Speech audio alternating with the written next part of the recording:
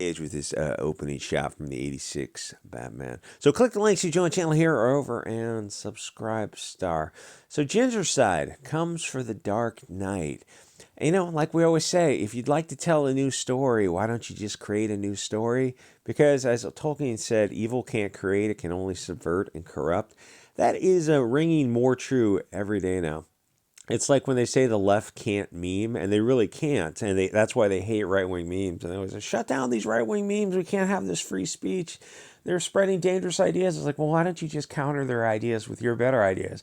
Oh, we don't have any better ideas. Because they can't meme because they can't convey a simple idea well, because they have bad ideas that don't withstand scrutiny. It's why they have to censor. They are absolutely terrified of free speech and the open exchange of ideas.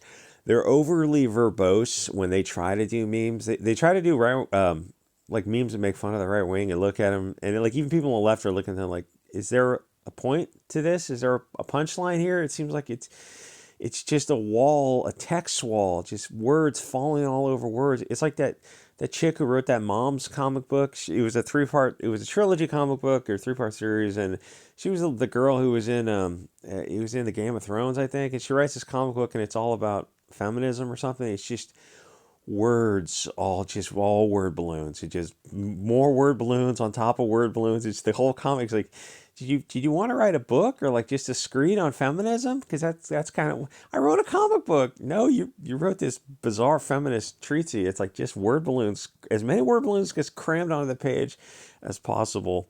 I forget her name, but she was in Game of Thrones. I don't know what her role. She was the chick in the blonde wig.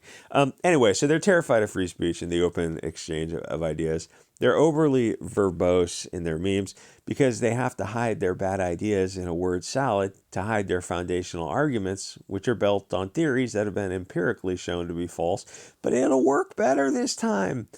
Yeah, but I mean, couldn't everyone say that? Wouldn't the other side also say that? And they'd have probably a better chance of success because they actually did have more success than the Bolsheviks.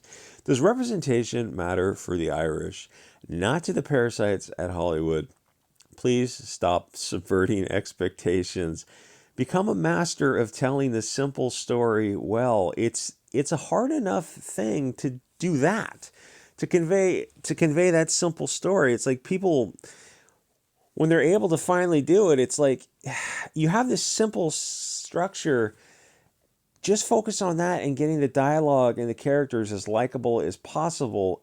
Just try to master that. It's like just master this simple progression, and decades later, you can try to put some tricks into it after you have a long series of success. But what you see now is you're seeing like these idiots, these soy people in Hollywood who don't have that foundational string of successes behind them of mastering the classics.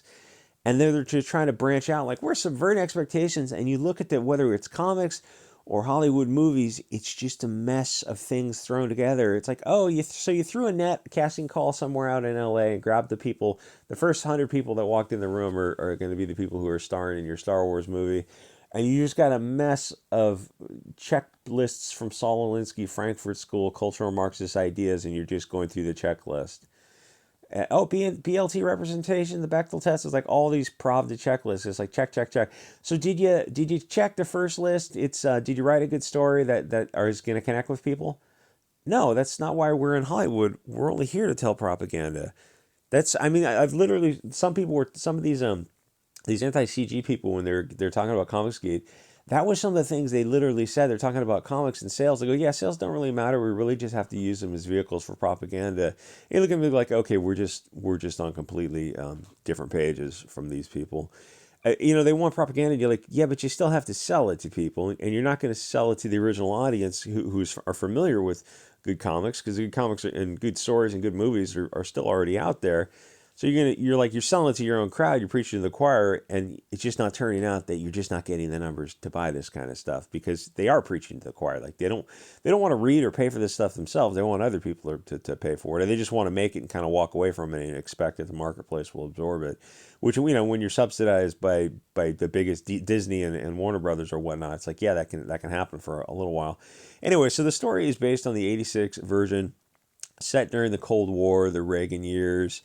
And you know, it's just something you can't tell today because that was a unique period of history where people were fearing atomic hellfire. Like if you're of a certain age now, you might literally have PTSD from living through the Cold War and fearing the end, literally the end of the world. It's not like living through, you know, Vietnam, Korea, World War II.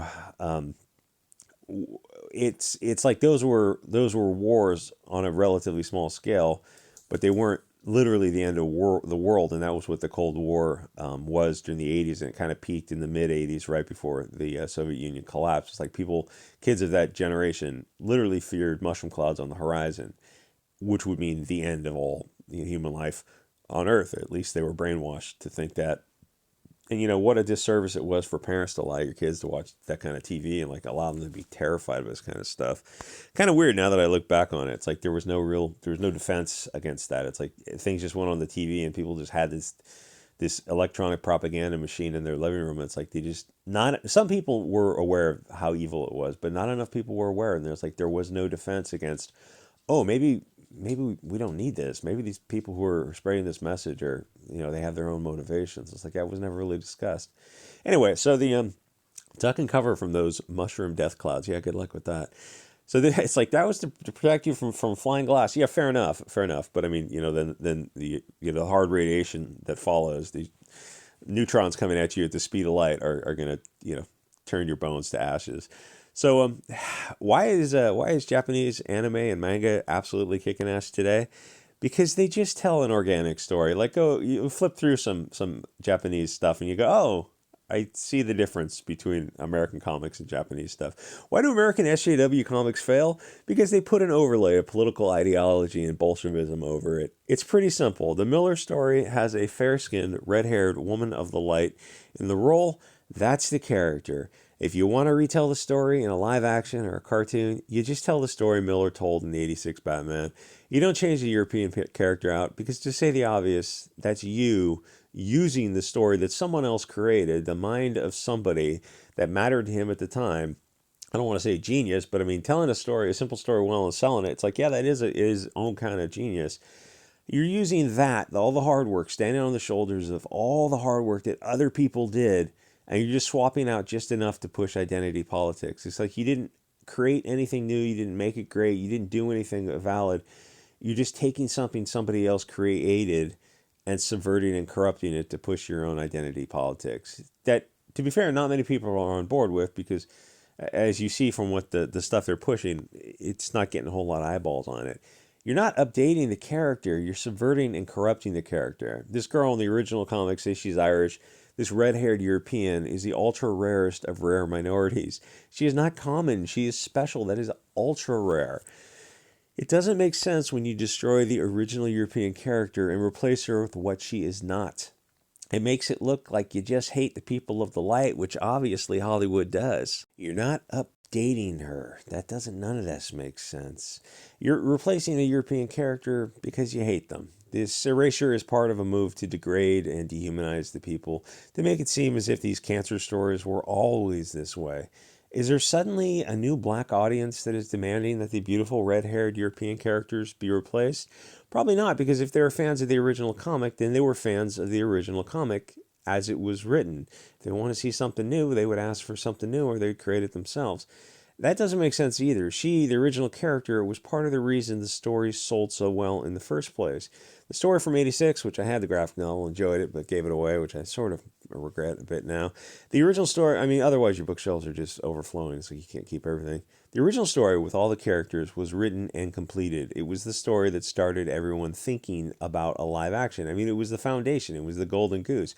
Why would you take something that works and destroy it and replace the very essential characters that made it gold? Yes, her being a red-haired child of Europe is important because the Irish, the Scottish, the Europeans are important. They are what the story was built around and sold on. And I only say such a statement because they were literally in the story. And if you think they're not important, well, why didn't you write the original story based on African characters? They didn't. That's not how they were sold. There already were African characters. These are not them, and you wouldn't want to see them replaced either. It wouldn't make sense. These Batman characters are fair-skinned, light-eyed European characters, like Luke Cage or Blade are not. They are what they are. Is their ethnicity essential to the story? Of course, it's what they are. It's an integral part of the story that has sold for over 40 years. From this. Being European is important. They have a vast history and a connection to the reader. That is instantly destroyed when you replace the Irish girl with an African or anyone else. Humans are not fungible. You can't just swap them out like changing sodas and expect nobody to notice. People are made up of characteristics that have connections to history, to other people, and most importantly, to the reader. Well, such a great shot. It's a story from the 80s. It's like you'll never be able to approach anything.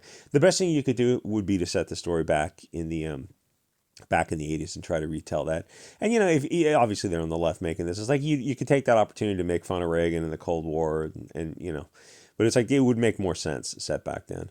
Changing out the Irish girl cuts all those roots and presents us with a new cultural Marxist rootless character, which is what the Bolsheviks, the Marxists, focus on destroying roots to make people just lost, alone, and easily controlled through fear. I think it's the Hegelian dialectic.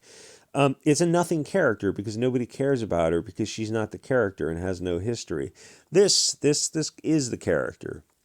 This is the character that made that graphic novel so fantastic. Does Batman matter? Not really, no, but stories matter. Canon and continuity matter. Respect for the audience and the European people matter. And I think more people need to just say that. Say that you're disrespecting European people, kind of put it back in their lap and see how they, just keep bringing it up. This feels anti-white. This feels anti-European. This feels hateful and racist. Just keep bringing it back up to them and saying these things to them like they would say to us.